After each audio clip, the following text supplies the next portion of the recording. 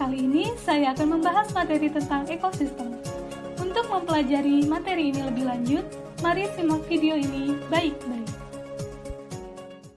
Sebelum membahas materi ekosistem lebih jauh, alangkah lebih baiknya jika kita mengetahui tokoh yang memperkenalkannya. Ya, Ernest Heinrich Philipp August Haeckel, atau biasa disingkat dengan Ernest Haeckel, merupakan ahli biologi ternama asal Jerman. Haeckel memperkenalkan istilah ekologi di dalam bidang biologi. Ekosistem adalah suatu sistem lingkungan yang terbentuk oleh hubungan timbal balik antara makhluk hidup dengan lingkungannya. Ilmu yang mempelajari tentang ekosistem disebut ekologi. Ekologi berasal dari kata oikos, rumah atau tempat hidup, dan logos yang artinya ilmu. Lingkup kajian ekologi adalah makhluk hidup, lingkungan, dan hubungan timbal balik atau interaksi antar keduanya. Di dalam ekosistem, terdapat dua komponen penyusun ekosistem yang sangat penting, yaitu komponen biotik dan komponen abiotik. Mari akan saya jelaskan satu persatu. Yang pertama, faktor abiotik atau komponen biotik. Abiotik adalah bukan makhluk hidup, atau komponen tak hidup. Komponen abiotik merupakan komponen fisik dan kimia yang membentuk lingkungan abiotik. Sedangkan yang kedua, faktor biotik atau komponen biotik. Biotik adalah makhluk hidup. Lingkungan biotik, suatu makhluk hidup adalah seluruh makhluk hidup, baik dari spesiesnya sendiri maupun dari spesies yang berbeda yang hidup di tempat yang sama. Teman-teman, perlu kalian ketahui juga bahwa di dalam ekosistem terdapat adaptasi. Adaptasi makhluk hidup. Apa sih adaptasi itu? Adaptasi adalah cara atau kemampuan makhluk hidup untuk menyesuaikan diri terhadap lingkungannya agar tetap dapat bertahan hidup. Adaptasi dibagi menjadi 3. Yang pertama, adaptasi morfologi, yang kedua adaptasi perilaku, dan yang ketiga adaptasi fisiologi. Selanjutnya, ada interaksi antar populasi. Interaksi antar populasi ini dibagi menjadi beberapa bentuk. Yang pertama, predasi. Predasi merupakan jenis interaksi makan dan dimakan.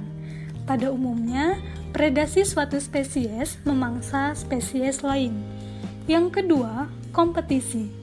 Kompetisi terjadi jika dua atau lebih populasi pada suatu wilayah memiliki kebutuhan hidup yang sama, sedangkan ketersediaan kebutuhan tersebut terbatas. Yang ketiga, ada simbiosis. Simbiosis berarti hidup bersama antar dua spesies yang berbeda. Salah satu spesies berperan sebagai penumpang dan yang satunya sebagai penampung. Simbiosis dibagi menjadi beberapa. Simbiosis antar komponen ekosistem dibagi menjadi 3. Yang pertama, simbiosis mutualisme. Simbiosis mutualisme adalah simbiosis yang saling menguntungkan antara kedua komponen. Yang kedua, simbiosis komensalisme. Simbiosis komensalisme adalah simbiosis yang menguntungkan salah satu komponen, tapi salah satu komponen atau komponen yang lainnya tidak dirugikan. Yang ketiga, yaitu simbiosis parasitisme, yaitu simbiosis yang tidak saling menguntungkan.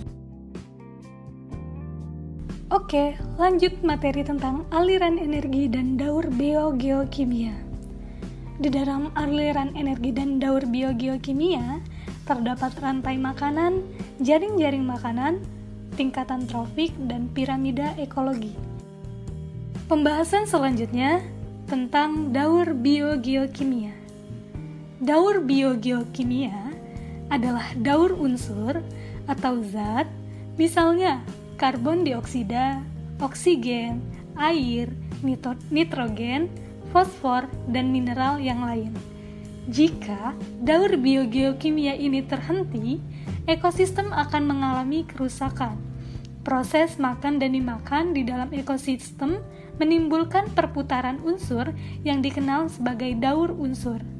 Karena daur ini berjalan melalui tubuh makhluk hidup, tanah, dan persenyawaan kimia, maka disebut sebagai daur biogeokimia. Unsur-unsur yang mengalami daur biogeokimia itu misalnya oksigen, karbon, nitrogen, fosfor, kalium, dan unsur-unsur lainnya. Berikut contoh dari daur biogeokimia. Yang pertama, daur karbon dan oksigen. Kedua, daur fosfor. Dan yang ketiga, daur sulfur. Baiklah teman-teman, itu tadi materi yang dapat saya sampaikan tentang ekosistem.